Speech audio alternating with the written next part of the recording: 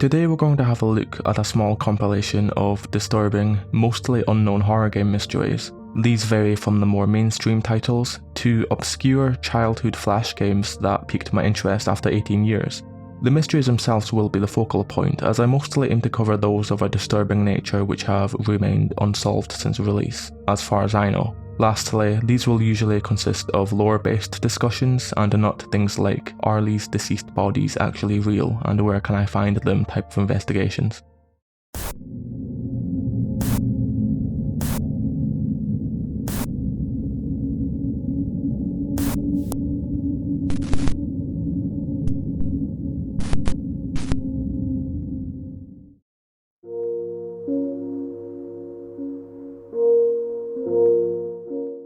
First on this list is an entry from Silent Hill 2. As much as I've covered this game in the past, it's a series of strange voices present in historical society that has left a long-lasting effect on anyone who has experienced it.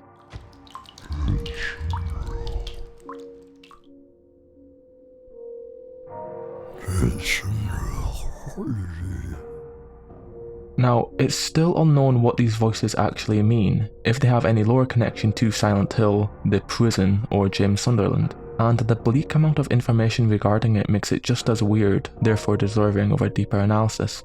After searching around for a while and getting jump scared in the process, there's nothing of immediate interest besides the few framed artworks and photographs in the upper prison. These tell us more about the town's execution methods, a brief history of the facility, and an ancient ritual of some sort. Searching these strange noises online will lead us to a Soul Wiki article, documenting a strange, unseen creature that resides in one of these cells. The repetition of its voice is ritualistic, which fits the interior of a nearby cell where the wax doll is found. Although we cannot physically see it, nor does the radio emit sound in its presence, it's easy to pinpoint where it lives, simply by walking in a straight line down the cell block. Like with any other monster in the game, James will turn his head in its direction, and we can pull out a gun to auto-aim into it. Upon shooting it, its cries are foreign to anything else. As confirmed by the wiki also, they are that of a human male.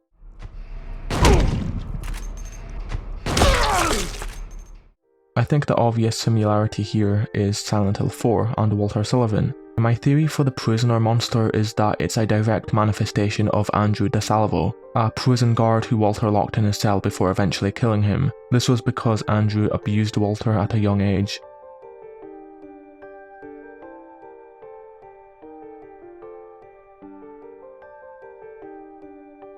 It's no coincidence that Walter's grave is found in the underground section of the prison, and that James can be locked inside of his cell for a short period of time.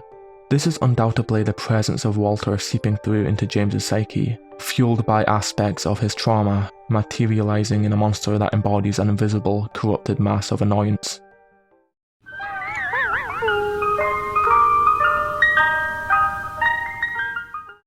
Free ice cream, locked door on the upper floor. Free Ice Cream was an infamous flash game released in 2007. It follows the story of two young girls named Lily and Lily's friend, who are abducted in a parking lot after being lured into the back of a van.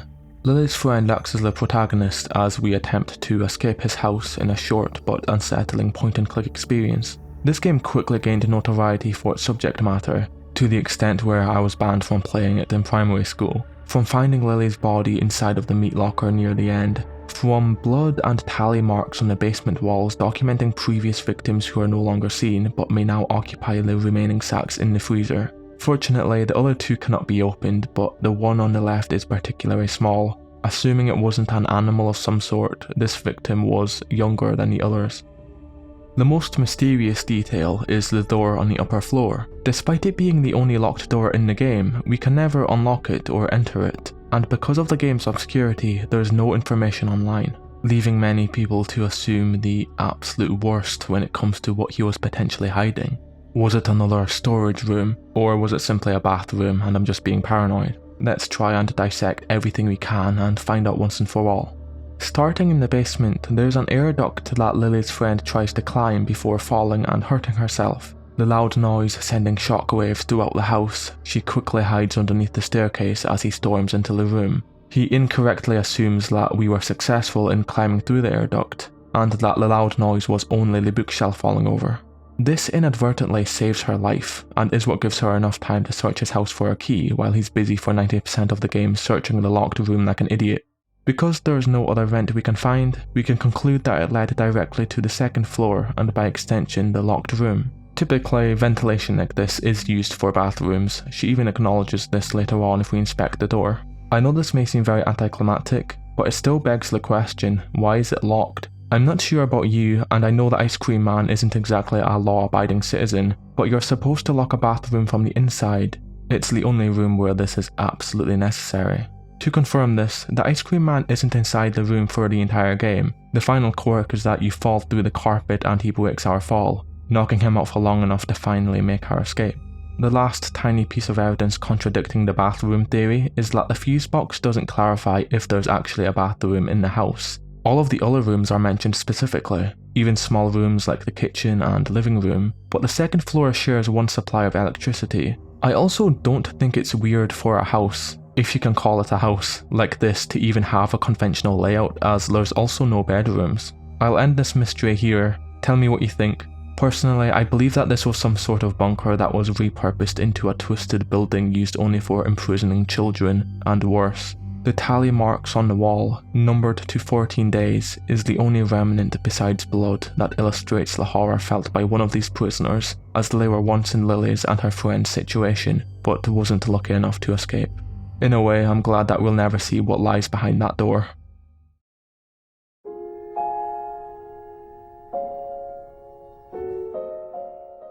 Coming back to the more mainstream for a second, the Evil Within series is no stranger when it comes to disturbing lore and characters. This entry is from the second game, and is the only missing character topic on this list. If you're unaware of who Julian Sykes is, I'll give a quick overview as well as the events leading up to his disappearance. He is a member of Mobius's Alpha team, who were ordered to infiltrate STEM a week prior to Sebastian's involvement. 2 members are already dead by the time we arrive, the monsters around Union causing the survivors to split up and fend for themselves. The death of William Baker was especially gruesome. After an initial gunshot to the head, Stefano trapped him in a perpetual stasis, replaying the final moments of his life in a never-ending loop. We first find Sykes around chapter 7. Providing you fulfill a few side missions, you'll be able to communicate with him until chapter 13 where he's never seen again. If you decline, his body can be found earlier attempting to power on a server by himself. Needless to say, he didn't make it. Using his technical expertise, he successfully powers an escape pod in the Marrow. The only catch is that this is an extremely dangerous and experimental procedure. It has since been discontinued and declared a failure by Mobius researchers due to their low success rate. Our attempt to use a STEM pod as an emergency exit port has been declared a failure. Despite a 25% success rate, the decision has been made to discontinue research. 1 in 4 test subjects made the trip back successfully. The other 3 simply ceased to be. We believe that the other 75% have been lost in an uncharted sublevel of STEM. A dream within a dream, from which there is no known way to return. Despite helping, Sebastian urges him to change his mind. In the end, Sykes himself doubts that it'll even work. So that's about it for the overview. He had a 25% chance of being Mobius's sole survivor, besides Kidman, with everyone else either dying or turning into a monster. Speaking of my wife, the community have pointed out that even if Sykes did get lucky, he still needed to remove his chip, and fast. This wasn't as easy as sneaking into the bathroom with a knife while the boss wasn't looking. Kidman had hers surgically removed 3 days ago, the wound is stitched up professionally. I don't think that Sykes would have even been allowed to leave the building, let alone have enough time to remove it without dying. There's a cool theory that he may have been able to hack his chip. Personally, I see this as the only option. If he wasn't as lucky and he was transported to the Marianas Trench layer of STEM, that doesn't completely rule out his chance of survival either. The researcher only said that the test subjects ceased to be. This could mean a number of things. Either their bodies entered a comatose state while they wandered endlessly in uncharted purgatory, or they literally disappeared. It's entirely possible that if Sykes was transported here, he could have found a way back given enough time, but the most likely outcome is that his mind, along with the entirety of STEM including the sublevel, was destroyed when Mobius shut down in the finale. Or that's what I thought until I saw the post-credit scene.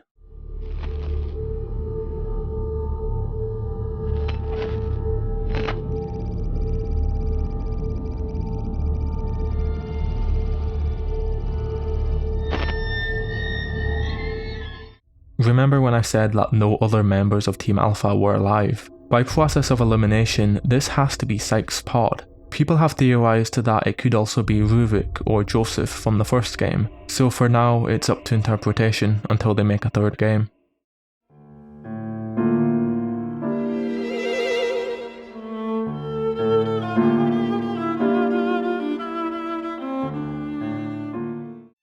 So I think out of all of the mysteries, this one is possibly the worst, and I would encourage anyone to skip to Mystery 5 if you'd rather not watch anything related to child abuse. Rule of Rose has a very nuanced story. All you need to know is that you're a young woman named Jennifer who's reliving her former memories whilst she was a child. Her past is warped by trauma and recent memories, as the story predominantly takes place inside of an airship. The mystery in question isn't presented with much importance or weight. It's only after we uncover the atrocities of the adult staff does this become apparent. Soon after starting the game, there's a random drawer that you can inspect in one of the rooms. Before we have the chance to open it, we are introduced to Clara, who abruptly shuts it in our face and shouts, "Don't look in there." When questioned further, she's avoidant, looking at the floor, responding in one-word answers or ignoring us completely. It's as if she feels disgusted or guilty about what we found. How dirty? The headmaster, Hoffman, is in the same room. Instead of reassuring her that nothing is inside or making her feel welcome, he maliciously insults her instead. We'll talk more about him later. The first thing I tried was moving the camera inside of the drawer to see if anything was rendered. There isn't, but once again I'm almost glad to see nothing. As I took a look around, I know this is a nurse's office, but there's way too much blood on the bed. An abundance of dropped bottles on the floor, which I assume are painkillers, and stethoscopes around Hoffman's neck and the bed itself, tells me that a medical procedure was performed recently, a procedure involving Clara. There's more bloody medical tools in the attic to credit this even further. I'm not going to show much of these on screen, but there's explicit scenes in the game which strongly suggest that Hoffman was sexually abusing Clara and another girl called Diana. This is a sentiment that's strongly believed in the community, with message forums dating back to 2006 and January of 2007 discussing this mystery in detail. No, don't get me wrong, I do believe that there's something awful in there. My theory is more about why the creators chose to put this scene in there, in a game where every little thing means something.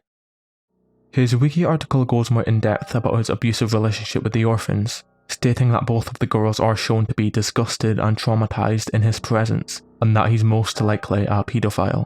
The symbolism of the Clara boss fight is even more disturbing, with stitches on her body resembling a C-section. As we never see a baby in the game, one can assume that Hoffman hid it inside of the drawer after it was aborted. This explains the sheer amount of blood and medical supplies that are indicative of such procedures. Unfortunately, this makes the most sense to me because if it was something less extreme, then why would they hide it amongst the already horrible, sick room with blood and broken supplies all over the place? One last thing, the original audio of Clara telling us to not look in the drawer was removed, however, it has since been restored, allowing us to hear it here in its full context.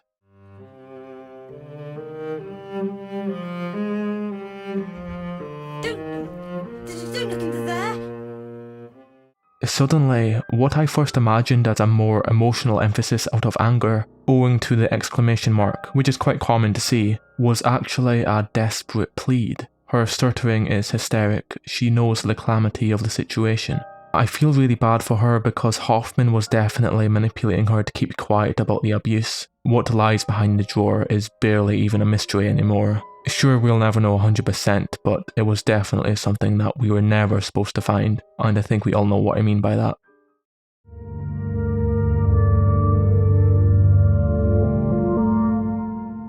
Mendez's eye is a mystery that has never garnered any attention over 20 years. With zero search results online, it's also never brought up in the game's documents regarding Mendez's history in the cult, or why he needed to have his eye replaced with a ceramic key card that opens the only exit out of the village. It's all very strange, and we need to delve deeper into it.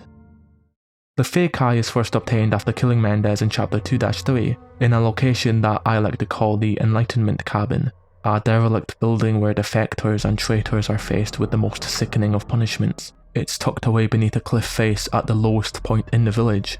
In a document named Village's Last Defense, he states that he was planning to ambush us here, so we're forcefully lured down in order to fight him, for only his sight will open the gate.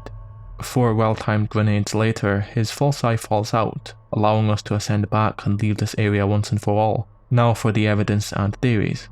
Examining the eye reads, there is a code-like pattern etched into the iris. It opens the gate to get out of the village. Nothing really of importance there.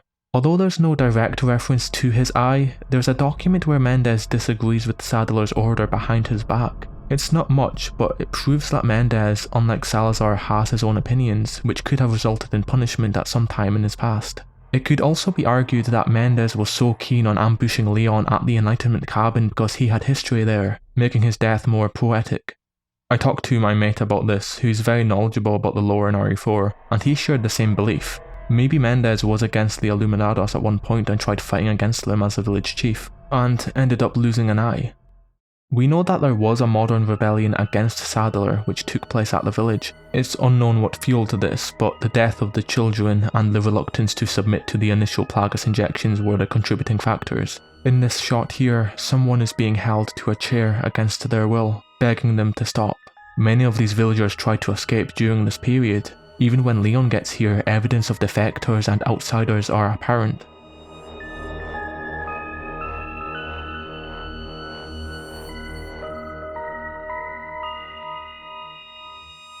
Chief Mendez is visible in the end credits for a single scene, sitting on a chair next to a preacher. I doubt that he was 100% on board with this. This could have been a ritual to remove his eye and inject him with the more powerful strain of Las Plagas.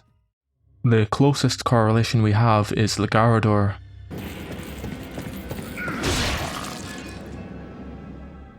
These were once human hosts who underwent failed experimental infusions. Although successfully gaining enhanced physical abilities, they were so uncontrollable and dangerous that their eyelids were sewn shut and they were confined to the castle prison. Contrary to what most people believe, they didn't have their eyes removed as punishment. Their eyes are still there, but rather they were stripped of their sense of sight to protect the castle inhabitants from further harm. The thing that is cool though is that these claws are extremely similar to Mendez's claws, so a more believable outcome is that they tried to replicate the dominant species Las Plagas through giving them weapons similar to the hosts.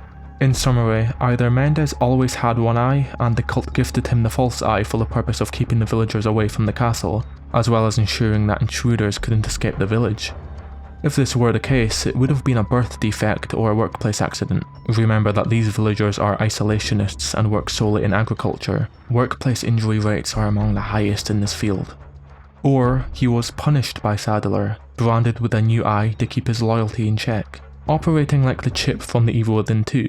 In this scenario, we can't automatically assume that opening the gate was its only function. It could have had a tracker inside it. This way, Sadler could always keep an eye on him. He wouldn't be able to otherwise, as this particular strain is too powerful to control. Let me know what option you agree with, or if you have another possibility that you'd like to share. As someone who's played this game 100 times and has read every letter in the game, I believe that Mendez held his own people in higher regard than Salazar or Sadler. He prioritized them above anything else, inviting them into his house, letting them use his toilet and eat at his table, addressing them as his fellow men in his letters, not patronizing them like Salazar or Sadler always do. So you're just like all the others? A puppet of the parasites? Surely you don't think I'm the same as those diminutive ganados. The parasites, las plagas, are slaves to my will. When the eggs hatch, you will become my puppets. Involuntarily, you'll do as I say. I'll have total control over your minds. I'm convinced that Mendez fought alongside his men in the beginning, but I could be wrong. That concludes this list of 5 horror game mysteries. Thanks for watching them all. I'm hoping to make this a potential series over time, this being volume 1, so if you have any mysteries that you'd like to share, please feel free to send them in the comments or in my newly formed Discord server. Any help would be greatly appreciated.